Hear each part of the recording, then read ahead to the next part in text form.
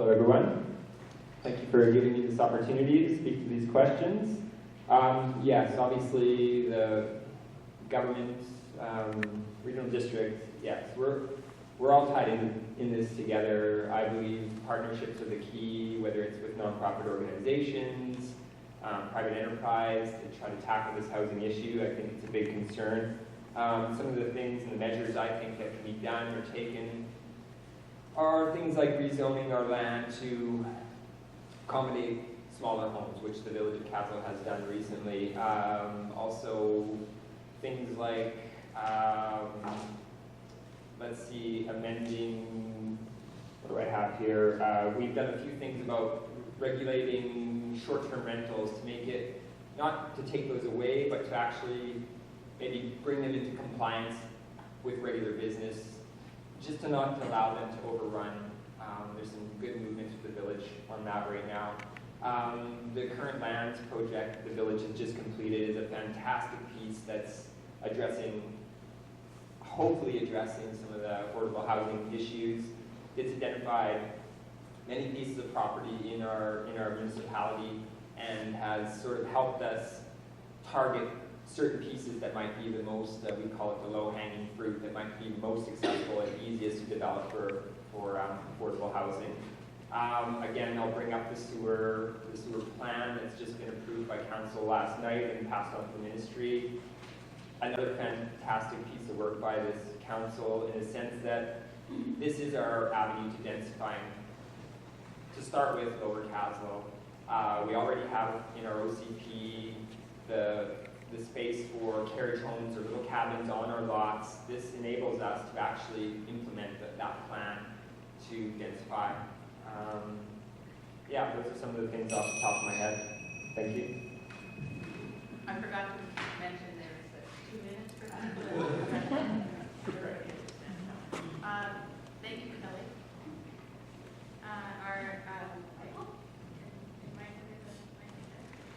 Hello everyone, thank you for turning out tonight. I believe having a shelter is a basic human right. I believe we are each other's keeper, and I most assuredly do believe that both the village and the district have a role to play in helping those who face an immediate lack of adequate shelter. Unfortunately, I think the community's housing needs have been neglected by the village council for so long, and in the short term, the resources are probably not in place to immediately take action. But if I'm elected to council, I will strongly encourage council to take on an active role of information gathering, leadership, and support of community organizations' efforts, using resources at our disposal. With local, regional groups and societies, as well as provincial and federal government initiatives to implement workable solutions by giving back, full backing, and support, the new council will be able to help facilitate a coordinated effort rather than us, various groups, attempting to move forward on their own. Any organization on its own does not have the resources and authority that a government body does have. Even the village has more power than an individual group. And I just can't stress enough that we should be looking after each other. We cannot call ourselves civilized if we do not look after one another. And thank you.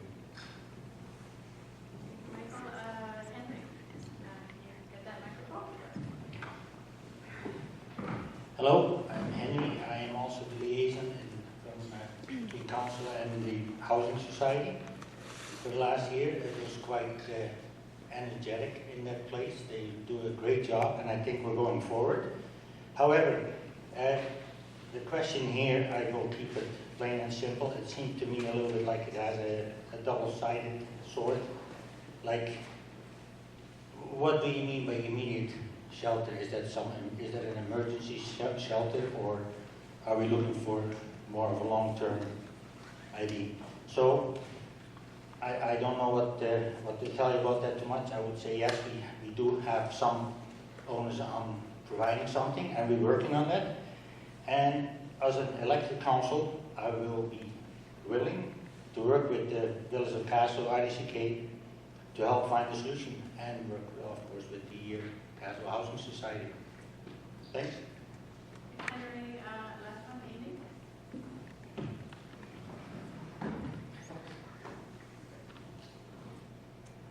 I'm going to try and not read this, but anyone that knows me knows I got a thesis for each answer here. First, I just want to note that a rural lens, what a regional district can do jurisdiction-wise is quite different than a municipality. We also don't have as much authority because most of our area is unzoned. So that's just a consideration in terms of what our capacity is compared to a municipality.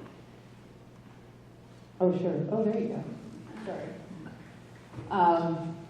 So with that, yes, shelter is a basic need, as water and food are. They're definitely essential. As local government, we can play a role. Obviously, we're the ones on the ground, we're the ones you talk to, we're the ones actually going through it ourselves many times. But what is our role?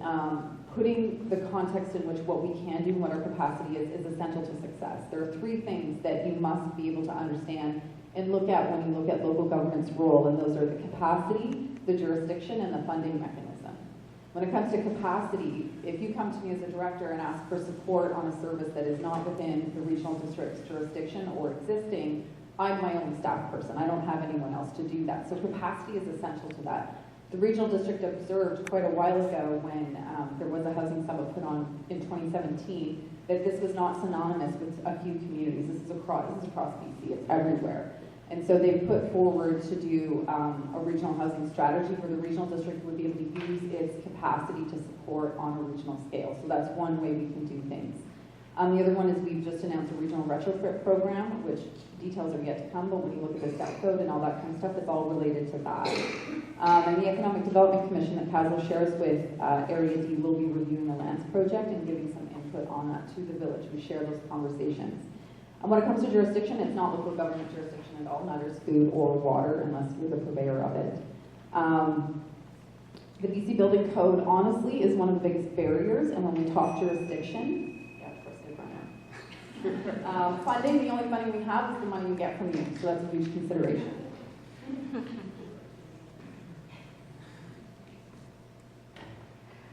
I just wanted to mention that quite a few of you mentioned the lands project, as if we all understand what it is, but it is Village of Kaslo hired a consultant, CTQ Consultants, to look at all the various assets that the village has. And if you were to look at a map, and I'm sorry I don't have one here, you would be surprised at how much territory is actually village-owned land. And so the study was initiated by a current council to look at the land for its best purpose. This has, it's taken a year and a half to do this study, or it's been a while, and the Housing Society has been very anxious to see its publication, and I just found out today it's online. You can go to kaslo.ca, and I hope just to search with lands. Can anyone give me a better search criteria to find that? Actually, it's easier to find now. It's on the business page, and it actually says it's the lands project. Okay, so there's a tab that's for business. Yeah. So just find that tab, go down, and lands project, something similar. I think it's municipal lands. So it's 80 pages or so, something like that. No, 100 pages. But this is, this is, in the old days they call it the commons, right? This is land that we should all have a say in how it's, disposition is a weird word because it makes it sound like disposed of, but its best purpose, and hopefully all of us under the current circumstances look at it in terms of the economy and also, but primarily shelter for our community because for our future. So non sequitur, I wasn't going to editorialize here, but I think that's rather an important study that's been put out there and that we should all glance through it. And it's on the kaslo.ca. The second question is about short-term rentals / vacation rentals. And for the purposes of this question, the question is about Airbnb, the kind of short-term rentals are. If anyone has any questions about the definition. Is that a sort of a fairly understood idea, short-term rentals, Airbnb, vacation rentals? So the question has to do with their presence in Kaslo and Area D, and I think we are all aware of the fact that every year there seems to be more of them. It is quite possible that that is having an impact on the availability of rental places for our young people or our older people looking to downsize. In other words, it is reducing the Airbnbs are great for